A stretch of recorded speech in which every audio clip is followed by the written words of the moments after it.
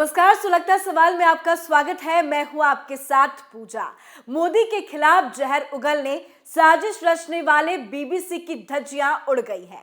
न सिर्फ मोदी सरकार बल्कि विदेशों से भी इस बीबीसी को तमाचा पड़ने वाली खबरें सामने आ रही है। जो बीबीसी मोदी के खिलाफ गुजरात दंगों पर डॉक्यूमेंट्री बनाकर उन्हें बदनाम करने में जुट गया था, टुकड़े टुकड़े गैंग के पैसों पर फल फूल रहा था, आज उसी बीबीसी को आईना ब्रिटिश सांसद ने दिखा दिया है। दरअसल प्रधानमंत्री मोदी की लोकप्रियता की गूंज ब्रिटिश संसद में सुनाई दी है। बीबीसी की विवादित डॉक्यूमेंट्री के बीच ब्रिटिश सांसद लॉर्ड करन बिलुमोरिया ने हाउस ऑफ लॉर्ड्स में पीएम मोदी की जमकर तारीफ की है। उन्होंने कहा है कि पीएम मोदी पृथ्वी के सबसे शक्तिशाली व्यक्तियों में एक है। बिलुमोरिया ने भारत को दुनिया की सबसे तेज बढ़ती प्रमुख अर्थव्यवस्था भी बताया। ब्रिटेन के सांसद बिलुमोरिया ने ऐसे वक्त में पीएम मोदी और भारत की प्रशंसा की है जब ब्रिटिश मीडिया एजेंसी बीबीसी ने पीएम मोदी के खिलाफ एक प्रोपेगेंडा डॉक्यूमेंट्री सीरीज रिलीज की है। बीबीसी के जरिए भारत की छवि बिगाड़ने के इरादे से बनाई गई India the Modi question documentary में उसमें भारत विरोधी एजेंडा परोसा गया। इसमें गुजरात दंगों के लिए पीएम मोदी पर दोष मढ़ा गया, जबकि भारत की सुप्रीम कोर्ट गुजरात दंगा मामले में पीएम मोदी को क्लीन चिट दे चुकी है। वहीं गुजरात दंगों को लेकर पीएम मोदी के खिलाफ फर्जी सबूत गढ़ने के मामले में कांग्रेस की करीबी तीस्ता सितलवाड़ पर केस भी चल रहा है। आरोप है कि तीस्ता ने कांग्रेस से पैसे लेकर तत्कालीन सीएम नरेंद्र मोदी के खिलाफ फर्जी सबूत गढ़े और उनकी सरकार को गिराने का प्रयास किया।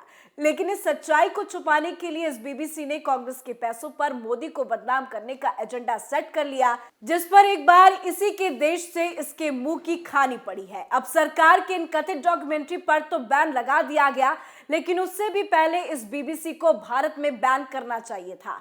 पता लगाना चाहिए था कि जहर को परोसने के लिए, मोदी के खिलाफ एजेंडा फैलाने के लिए किसने पैसे को पानी की तरह बहाया, किसकी आंखें बाहर आ रही थी। इस झूठ को देखने के लिए मामले की जांच हुई, बेगुनाह साबित कर दिया गया तो उसके कहने पर इसने कथित निष्पक्षता का ये ढोल पीटा। इस ट्विस्ट का भी खुलासा करेंगे, लेकिन उससे पहले बड़ी खबर बताते हैं। दरअसल ब्रिटिश ब्रॉडकास्टिंग कॉर्पोरेशन यानी बीबीसी के जरिए डॉक्यूमेंट्री सीरीज को लेकर मोदी सरकार ने बड़ा कदम उठाया है।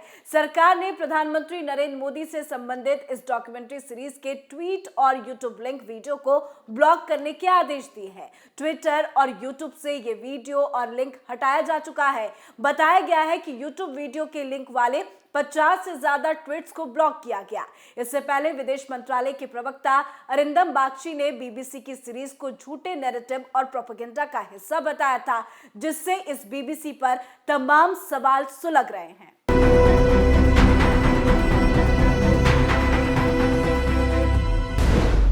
मोदी सरकार ने बीबीसी पर क्या एक्शन लिया?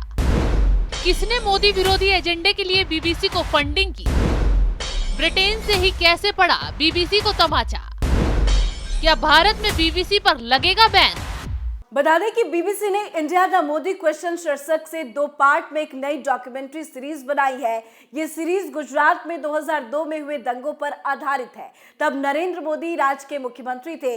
गोधरा में हिंदू तीर्थयात्रियों को ले जा रही एक ट्रेन में आग लगने के बाद कथित तौर पर हिंसा भड़क उठी थी। हिंसा के कारण 1000 से ज्यादा मौतें हुई थी।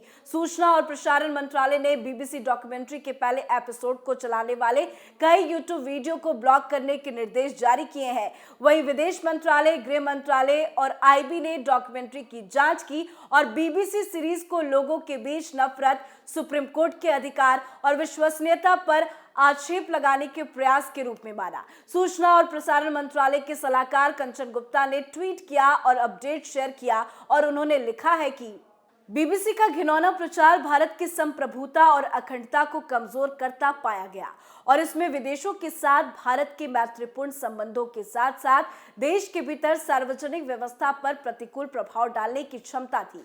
यूट्यूब पर बीबीसी वर्ल्ड के डॉक्यूमेंट्री के रूप में खतरनाक प्रोपेगेंडा और भारत विरोधी कचरे के लिंक शेयर करने वाले ट्वीट को भारत के संप्रभु कानूनों और नियमों के तहत ब्लॉक कर दिया गया है।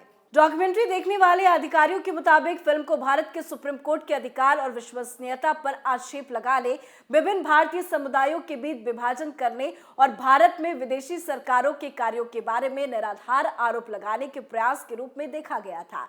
बीबीसी ने इसे गोधरा CAA NRC को आधार मानकर बनाया है, लेकिन सवाल यह है कि इसके पीछे का मकसद क्या है।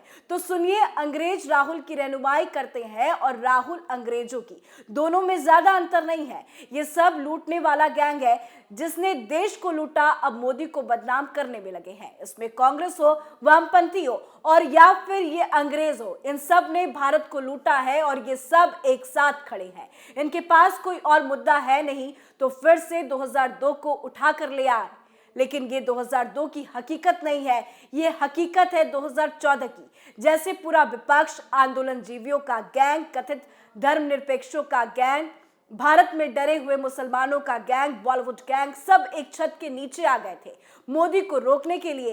2014 में ये लोग चाहते थे कि मोदी प्रधानमंत्री ना बने, जिसके लिए सबने पूरा जोर भी लगाया, लेकिन अपने मकसद में ये लोग कामयाब नहीं हो पाए। एक बार फिर से 2024 की मोदी की तैयारियों को देखते हुए इनकी आंखें फिर से फट पड़ी है और उन फटी आंखों में एक बार फिर से मोदी का नाम सामने आ गया है। मोदी को रोकने के लिए ये लोग नए नए हथकंडे अपना रहे हैं, राजनीति में मात नहीं दे पा रहे हैं तो उन्हें बदनाम करने की तमाम कोशिशें की जा रही हैं। कांग्रेस पानी की तरह पैसे बहा रही है, चाहे विदेशी मीडिया में बहाए या फिर कहीं और, लेकिन ये लोग अपनी गंदी साजिश में नाकाम ही साबित हुए। लेकिन अब इस टुकड़े टुकड़े गैंग ने विदेशी मीडिया के जरिए जो घिनौना खेल खेला, उसे मोदी सरकार बर्दाश्त नहीं करेगी। अभी तो डॉक्यूमेंट्री पर बैन लगाया गया है, जल्द ही इस बीबीसी को सबक सिखाने का दूसरा काम भी किया जाएगा, क्योंकि बीबीसी की इस हरकत से पूरा देश आग बबूला है। सिर्फ मोदी विरोधी गैंग को छोड़कर बड़ी खबर तो ये है कि प्रधानमंत्री मोदी पर बनी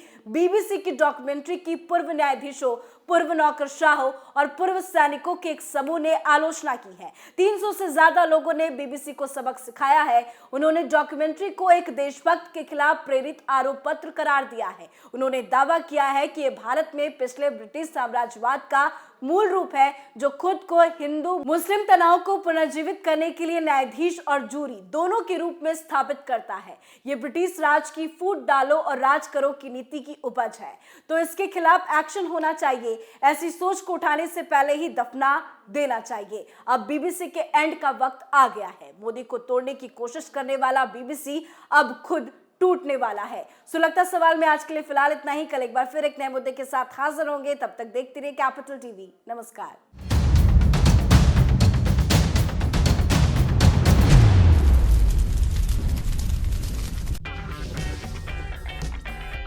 अगर आपको हमारा वीडियो पसंद आया हो तो इसे लाइक करें, हमारे चैनल को सब्सक्राइब करें और हाँ, बेल आइकन दबाना ना भूलें ताकि आप तक हमारे वीडियो की नोटिफिकेशन पहुंचती रहे।